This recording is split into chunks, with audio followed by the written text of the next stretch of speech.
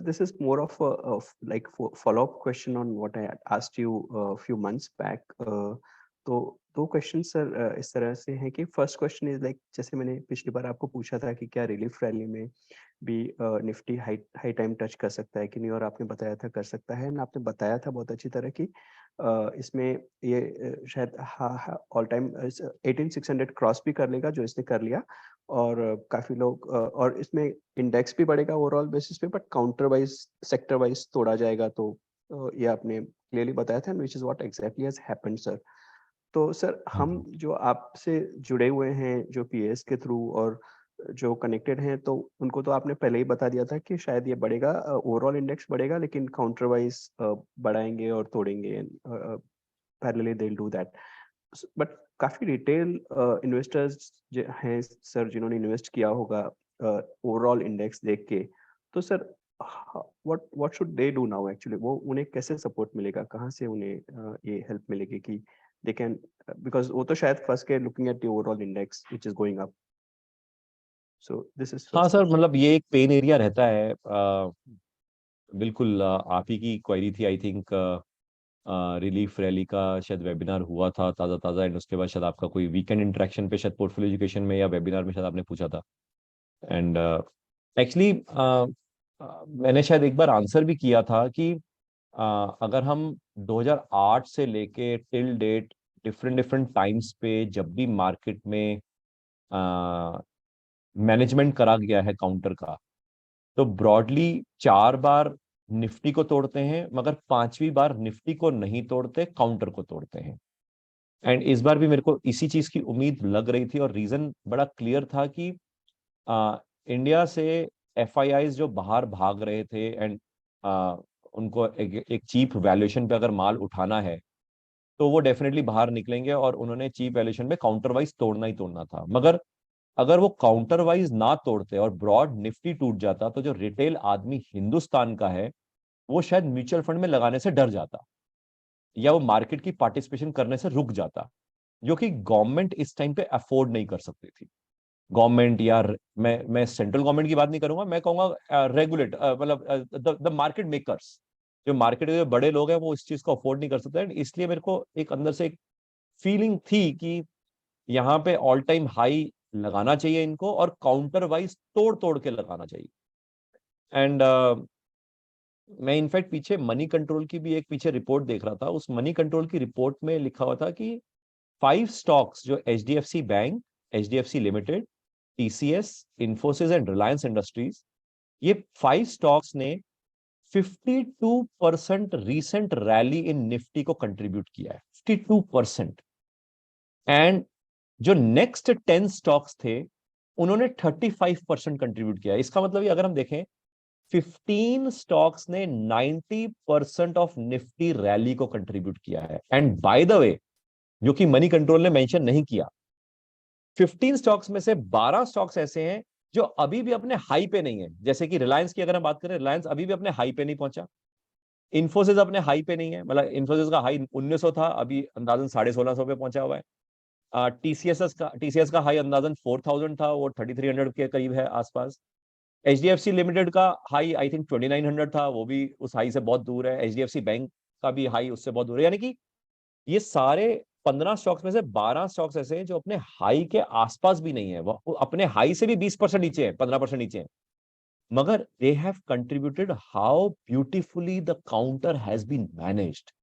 मतलब ये इतना ब्यूटीफुली इस बार मैनेज किया गया है कि अनलेस एंड अनटिल आप ईगल्स आई से एक एक स्टॉक को अगर आप ट्रैक ना कर रहे हो, तो आप नहीं पहचान सकते कि कैसे कैसे मार्केट को तोड़ा गया है। एंड हमने लास्ट टाइम भी जिक्र किया था कि आप ही में से कई पार्टिसिपेंट्स ने जो जो मेरे को स्टॉक वाइज बताते जा रहे हैं, मैं उसका एक एक्सेल शीट मेरी टीम जो बनाई जा रही है, अल्फाबेटिकली अगर हम देखें, सारे stocks, most of the stocks जो हैं, आई थिंक 80-90% जो स्टॉक्स हैं, उनका जो हाई था वो मिड ऑफ सितंबर में लगा था। जो कि हमने रिलीफ रैली में जिक्र भी बार बार बार हुआ था कि मिड ऑफ सितंबर से लेकर मिड ऑफ अक्टूबर में रिलीफ रैली का पीक आ जाएगा, बाहर निकलने की कोशिश कर लेगा। एंड उस हाई पे वापस उस हाई को ब्रीच करने में जो स्टॉक्स हैं, 15-20% स्टॉक्स हैं, मेजरली वो स्टॉक्स बैंकिंग या फाइनेंशियल सेक्टर के, मेजरली। एंड उनको अगर हम छोड़ दें, बाकी सब मतलब लिस्ट में आरती इंडस्ट्री से लेके, एबीबी से लेके, एबॉट से लेके, एबी कैपिटल से लेके, एसीसी से लेके, अदानी पोर्ट से लेके, अदानी पावर से लेके, एल्केम से लेके, अपोलो टायर से लेके, अशोक लीलैंड से लेके, एशियन पेंट से लेके, बजाज ऑटो से लेके, बजाज फिंसर्व से लेके, बजाज फाइनेंस से लेके, बाटा से लेके, भारत फोर्ज से लेके, दीपक नाइट्रेट से लेके, अल्फाबेटिकली अगर मैं चलना शुरू कर दूं, तो ये सारे स्टॉक्स अभी भी उस पीक के आसपास पहुंचे नहीं। और इनमें से कई स्टॉक्स तो ऐसे जो मैं नाम ले रहा हूं जो अभी भी 20-25% नीचे हैं टीवीएस से। मतलब नीचे से अगर मैं शुरू करूं, वोल्टा से लेके, टीवीएस मोटर से लेके, टाइटन से लेके, टाटा पावर से लेके, टाटा केमिकल से लेके, मारुति से लेके, महिंद्रा एंड महिंद्रा से लेके, मतलब ऊपर से अल्फाबेटिकली शुरू हो जाओ, नीचे से अल्फाबेटिक। बट ये किसी ने अगर करा हो, देखा हो, शीट मेंटेन करी हो, तो ही वो समझ सकता है ये इस लेवल की काउंटर मैनेजमेंट थी। एंड ये काउंटर मैनेजमेंट मैं कहता हूं कि मेरे लिए भी एक यूनिक था कि इस बार इन्होंने बहुत ही ब्यूटीफुली काउंटर को मैनेज किया। क्योंकि इस बार इन्होंने सिर्फ निफ्टी स्टॉक्स से निफ्टी को मैनेज नहीं किया, अदर देन निफ्टी स्टॉक्स जो हैं उनके साथ इन्होंने निफ्टी को और एनएससी के जो स्टॉक्स हैं, एनएससी 100 बोल सकते हैं, बीएससी 100 बोल सकते हैं, बीएससी 500 बोल सकते हैं, उनको भी बहुत ब्यूटीफुली मैनेज किया है। एंड इसमें एक बड़ा इंपॉर्टेंट पॉइंट है, हम हर महीने अपने ना हमारे इन हाउस म्यूचुअल फंड की रिसर्च हम करते हैं। मतलब हम खुद ही हर म्यूचुअल फंड का बॉन्ड के अलग, डेट मतलब हाइब्रिड के अलग, इक्विटी के अलग, यानी कि ग्रोथ के अलग, उनका ना अलग ही हम अपना अपना ही खुद कैलकुलेशन करते हैं कि इनका बेंचमार्क क्या होना चाहिए था और क्या है, और इनका अल्फा क्या होना चाहिए था और क्या है, बीटा क्या होना चाहिए था और क्या दिखता है, और इनका वाकई में return, standard deviation, Sharpe ratio कितना है और कितना दिखाते हैं। दिखाते कहाँ है? वो है फैक्ट शीट। फैक्ट शीट ये मनी मॉर्निंग स्टार वगैरह जैसी कुछ कंपनीज हैं जिनको थोड़ी पेमेंट वगैरह आती होगी आई एम श्योर उनसे, तो वो एक फैक्ट शीट बनाते हैं। थैंकफुली वो फिर भी कुछ अच्छा काम करते हैं, क्योंकि फैक्ट शीट में एटलीस्ट ये ऐसी गंदी गंदी बातें लिखते तो हैं कि शार्प रेशो इसका इतना है, स्टैंडर्ड डेविएशन इसका इतना है, बीटा इसका इतना है, जो कि आम आदमी कभी नहीं पढ़ता। आम आदमी कभी देखता ही नहीं है कि फैक्ट शीट में क्या लिखा हुआ है। मगर हम जब अपनी इन हाउस रिसर्च कर रहे थे पिछले 3 महीने से, जो हम लगातार ऑब्जर्व कर रहे थे, वो ये कि बेंचमार्क को इस तरीके से मैनेज किया जा रहा था कि बेंचमार्क का रिटर्न म्यूचुअल फंड के रिटर्न से जस्ट थोड़ा नीचे रहे, ताकि अल्फा ज्यादा मिले। Alpha is the excess of return over the benchmark, यानी कि for the mutual fund companies to show to the common man कि भैया हमने बेंचमार्क से ज्यादा दिया है। तो कैसे शो करेंगे? बेंचमार्क को ओवरऑल मार्केट ने ऐसे मैनेज किया कि बेंचमार्क आपके म्यूचुअल फंड के रिटर्न से कम ही रिटर्न दे रहा है, तो आपके नॉर्मली हर म्यूचुअल फंड का अल्फा दिखेगा। मगर not even a single mutual fund ने सही बेंचमार्क लिया जो उनको बेंचमार्क लेना चाहिए। अब इसमें एक और पॉइंट है, इसका मतलब ये पूरी प्लानिंग थी कि निफ्टी को बस रोक के रखो, काउंटर वाइज मैनेज रखो। रिटेल आदमी, जैसे आपने कहा कि रिटेल आदमी तो फिर तो फंस सकता है, तो रिटेल आदमी कहां फंसता है? मेजरली म्यूचुअल में फंसता है। और म्यूचुअल में किसके थ्रू फंसता है? उसके ब्रोकर, सब ब्रोकर, या उसका रिलेशनशिप मैनेजर, जो उसका पैसा लेके चल पड़ता है और म्यूचुअल में लगा। और ये सारे लोगों को शार्प रेशो, अल्फा, बीटा ना तो आता है ना देखा है। इसके कारण आप ये समझो कि म्यूचुअल फंड के जितने भी शेयर्स होंगे, ये जो टॉप 15 जिन्होंने 90% ऑफ द रैली कंट्रीब्यूट किया, बाकी सब इतने शेयर्स होते हैं हर म्यूचुअल में, 50 से 60 शेयर्स होते हैं, 50 से 60 शेयर्स, 50 से 70 शेयर्स होते हैं। वो शेयर्स कितने कितने टूटे होंगे कि नेट एसेट वैल्यू में एक्चुअल में इंक्रीज ही नहीं हुआ, मगर उसको निफ्टी दिख रहा है ग्रीन में, निफ्टी दिख रहा है बढ़ते हुए, उसने अपने म्यूचुअल की परफॉर्मेंस देखी भी नहीं होगी, तो म्यूचुअल में इसलिए लगा रहा है। तो this is how the retail are been trap. Similarly अगर हम अपने इंडिविजुअल पोर्टफोलियोज को देखें, जो पोर्टफोलियो ऑफ इक्विटी होते हैं हमारे, सो वाइल निफ्टी मस्त बढ़ा इन द रीसेंट टाइम्स, मगर हमारे पोर्टफोलियो का लॉसेस हो सकता है थोड़े कम हो, मगर ये नहीं कि पोर्टफोलियो ग्रीन में होंगे। एंड बाय द वे इसके कई रीजंस होते हैं। पहला रीजन तो ये भी होता है कि हमारे जो स्टॉक्स में हम फंसे होते हैं ना, वो बढ़ते ही नहीं है। और जिन स्टॉक में ग्रीन होते हैं ना, वो स्टॉक ही हमारे पास चिल्लड़ होते हैं, एक या दो ही खरीद रखे हैं जो ग्रीन, जिनमें 50-50% का प्रॉफिट होता है। परसेंटेज वाइज प्रॉफिट बहुत अच्छा होता है, मगर स्टॉक एक या होंगे, दो होंगे, तीन होंगे। और जिसमें हमने हैवी वेल्थ इन्वेस्ट कर रखी होती है, वो भाई साहब 5% भी टूटे हो तो हमारा पूरा पोर्टफोलियो हिला होता है, 10% टूटे तो हमारा पोर्टफोलियो पूरा डाउनग्रेड होता है। मतलब मेरा कहने का मतलब यही है कि ये जो रिलीफ रैली का जो हमने वेबिनार भी किया था जून जुलाई में, और फिर पोर्टफोलियो एजुकेशन सर्विसेज में जो वीकेंड पे कई बार हमने जिक्र भी किया, आइडिया यही था कि सितंबर से लेके दिसंबर मिड तक, based on event and time analysis कह लो या बेस्ड ऑन अंडरस्टैंडिंग कह लो प्राइस एक्शन, ये 3 महीने में इन्होंने टर्निंग पॉइंट करना ही था। एंड ये टर्निंग पॉइंट में सारे काउंटर मैनेज करते करते न्यू काउंटर्स इन्होंने शुरू करने थे। आपको याद होगा हमारी बात भी हुई थी कि पोस्ट दिवाली फार्मा और आईटी, अब देखो आईटी चालू हो गए, फार्मा भी कुछ कुछ चालू हुए हैं, अभी फार्मा चालू है। अभी देखो किसी को पता था कि कोविड दोबारा चाइना में दिखेगा, वो दोबारा दिख गया।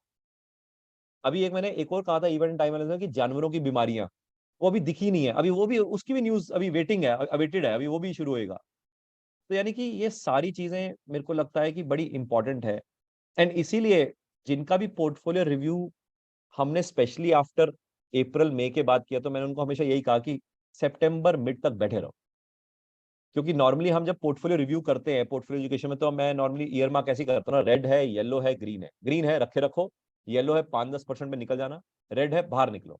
बट इस बार मैंने ये बोला कि रेड और येलो दोनों रखो, सितंबर मिड तक रखो। क्यों? रिलीफ रैली में शायद आपका रेड थोड़ा कम लॉस कर दे, येलो हो सकता है प्रॉफिट में आ जाए। मगर ये हर बार नहीं होता, ये बाई चांस रिलीफ रैली थी, रिलीफ रैली एक्सटेंड होते होते अल्टीमेटली टर्निंग पॉइंट में टाइम लगता है, जो कि 2-2.5 महीने लगा दिया। और ऑल टाइम हाई मेरे को था कि लगाना चाहिए, तो भगवान की दया से लगा भी दिया। अब बट ऑब्वियस हमने फेज वाइज भी डिस्कशन करा था विनोद सर। अभी जो हमने रीसेंट वेबिनार किया था अक्टूबर 2 एंड अक्टूबर 4 को, वहां पे जिक्र हुआ था कि दिवाली के बाद मेरे को था कि मार्केट में करेक्शन अच्छी होनी चाहिए थी, निफ्टी में नहीं हुई, वहां पे मैं गलत रहा। बट मैंने वहां पे ये भी जिक्र किया था कि नॉर्मली निफ्टी की करेक्शन शायद इस बार ना करें, काउंटर वाइज करेंगे। तो अब किसी ने अगर आधी स्टेटमेंट पकड़ी हो कि यार करेक्शन तो हुई नहीं, तो पूरी स्टेटमेंट के लिए जो स्टॉक्स के नाम मैंने बताए, लिस्ट पूरी बताई, क्योंकि मैंने ये बताया था phase 1 October first week, phase 2 October second week, phase 3 just Diwali से बिफोर वाला वीक, फेज 4 दिवाली के बाद वाला वीक, फेज 5 नवंबर के फर्स्ट वीक, फेज 3 तक तो बैंग ऑन था, फेज 4 आफ्टर दिवाली करेक्शन किया नहीं। अब लोगों ने आधा पकड़ लिया कि यार करेक्शन करना था, करेक्शन नहीं किया। तो जिन्होंने स्टॉक्स का मेंटेन किया कि हाँ यार स्टॉक वाइज कैसे काउंटर मैनेज किया, उनको समझ आ गया कि कैसे करेक्शन किया जाता है। और यही एक इंपॉर्टेंट पॉइंट है कि अगर हम खुद नहीं ये सारी चीजें देखेंगे, तो हमें मार्केट बार बार पटक पटक के ट्रैप करेगी। इसलिए मैं हमेशा ये कहता हूँ कि जो रिटेल वाला आदमी है, उसका तो रब ही रखा है। मतलब वो तो एक तरह से ब्लाइंड खेल रहा है, कसीनो खेल रहा है। मतलब आई डोंट नो क्या ही करेगा। F&O करता है तो फंस जाता है, म्यूचुअल फंड करता है तो एटलीस्ट उसको ये पता नहीं होता कि वो फंसा हुआ है, उसको ये होता है ऑल इज वेल, सब कुछ, no news is good news, उसको ऐसा लग रहा होता है। तो आई थिंक मेरे को तो लगता है कि people should understand, one, if they know that they don't know the markets, it is better not to be in the markets. Second, if they believe that they know about the markets based on some whatever fundamental analysis या technical analysis या course करके बैठे हुए हैं या कुछ भी ऐसा, तो आई थिंक अगर कोई आपके नोन है तो उनको एक बार पोर्टफोलियो एजुकेशन में आके 2-3 महीने समझ लें, फिर उनको समझ आ जाएगा कि उनको आता है या नहीं आता है। और अगर एक बार उनको पता लगे कि नहीं आता है, तो then stick around, at least loss तो नहीं खाएंगे, एटलीस्ट बचे तो रहेंगे। तो this is all I think can be an important message for all these retail people. Thank you sir, thank you. In fact हम सारे तो इसलिए बच गए कि हम कनेक्टेड हैं और आपसे बात होती रहती है, तो I think we had a view कि ऐसे ही होने वाला है actually. So thank you for that sir. So I have one more question relating to the same. I am not asking the view on a Nifty, but Nifty relief rally में all time high touch कर गया, अब यहाँ से आगे क्या sir? Sir वही कायम है, फेब्रवरी के आसपास तक हमें एक फ्रेश हाई दिखेगा। मेरे को मोस्ट प्रोबेबली 19,500 का निफ्टी का लेवल दिखता है, जो मैंने शायद पहले भी जिक्र किया था। ओवरऑल निफ्टी का ट्रेंड अप ही है, मगर उस निफ्टी के ट्रेंड में जो स्टॉक्स का जो काउंटर्स हैं वो डिफरेंट है। तो जो जो अभी हम स्टॉक वेल्थ में जो जो अभी हम पोर्टफोलियो बिल्ड कर रहे हैं, ये स्टॉक्स में आप 5-6% पे निकल भी सकते हैं। अगर आपको होल्ड करना है तो आप होल्ड भी कर सकते हैं, क्योंकि इनका ट्रेंड बजट तक रहेगा। हालांकि जैसे अभी हमने महिंद्रा एंड महिंद्रा में 6% का प्रॉफिट बुक किया है, नहीं भी करते तो कोई बात नहीं, थोड़े करेक्शन पे वापस टूटेगा, अल्टीमेटली इसका ट्रेंड बजट तक का रहेगा। सो ये हो गया निफ्टी पर से, एंड निफ्टी 19,500 के बाद बट ऑब्वियस आने वाले समय में मेरे को 21-22 हजार भी दिखता है। मगर ये मार्केट की बात करते हुए मैं साथ साथ ये भी कहना चाहता हूं, अप्रैल से लेके October 2023 will be a bad phase for the world economies. World economies के लिए बहुत बुरा फेज होएगा। मैंने पहले भी जिक्र किया है मल्टीपल टाइम्स, अप्रैल 2023 से लेके October 2023 will be a bad phase for the economies of the world. European economy, UK economy massively suffer करेंगे। A new angle to the war will also add on, शायद may be Iran, Gulf, Saudi, Israel, शायद मैं यूं कह सकता हूं Israel will be the new news of 2023। जैसे इस साल it was Russia, I think 2023 में न्यूज में कौन रहेगा? इजराइल रहेगा। एंड चाइना ताइवान का एक काउंटर अभी रहता है, तो ये भी एक एडिशनल हिकअप्स देगा। तीसरा, within India a lot many chaotic situation on different fronts, वो दिखेंगी। All over world civil unrest दिखेगा। तो इकोनॉमिक जॉल्ट इंडिया के लिए कम रहेगा, बट उबड़ खाबड़ जो हिकअप्स हैं जो सोसाइटी के परस्पेक्टिव वो एविडेंट रहेंगे। तो ये सारी चीजों में हम 2023 में घुस रहे हैं।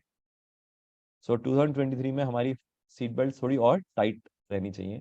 सो मार्केट अपनी तरह से चलता रहेगा। इकोनॉमी के पर्सपेक्टिव भी साथ में मैं आपको देने की कोशिश कर रहा हूँ, बाकी इवेंट टाइम एनालिसिस के हिसाब से मैं अपडेट करता ही रहूंगा। तो मार्केट में हम काउंटर वाइज पैसा लगाते रहेंगे, निकलते रहेंगे, लगाते। अभी कब निकलना है? फरवरी के आसपास 19,500 आएगा तो हम निकलने की दोबारा बातें करेंगे। Thank you sir. यानी अभी अभी हम घुसने की बातें करें, अब हाँ निकलने की बातें नहीं करेंगे। अब जस्ट दिसंबर 10 के आसपास तक का समय है, दिसंबर 10-15 यानी मिड ऑफ दिसंबर मान लेते हैं। तो कुछ कुछ स्टॉक्स अपने को जो नीचे नीचे मिल रहे हैं वो हम खरीदेंगे। खरीदते खरीदते कब निकल सकते हैं? 19,500 का पीक फरवरी के आसपास दिखता है, तब निकलने की तैयारी करेंगे। फिर देखेंगे, फिर फ्रेश कॉल देंगे फिर तब, क्योंकि फिर दोबारा मेरे को लगता है फिर काउंटर मैनेजमेंट चेंज होगी।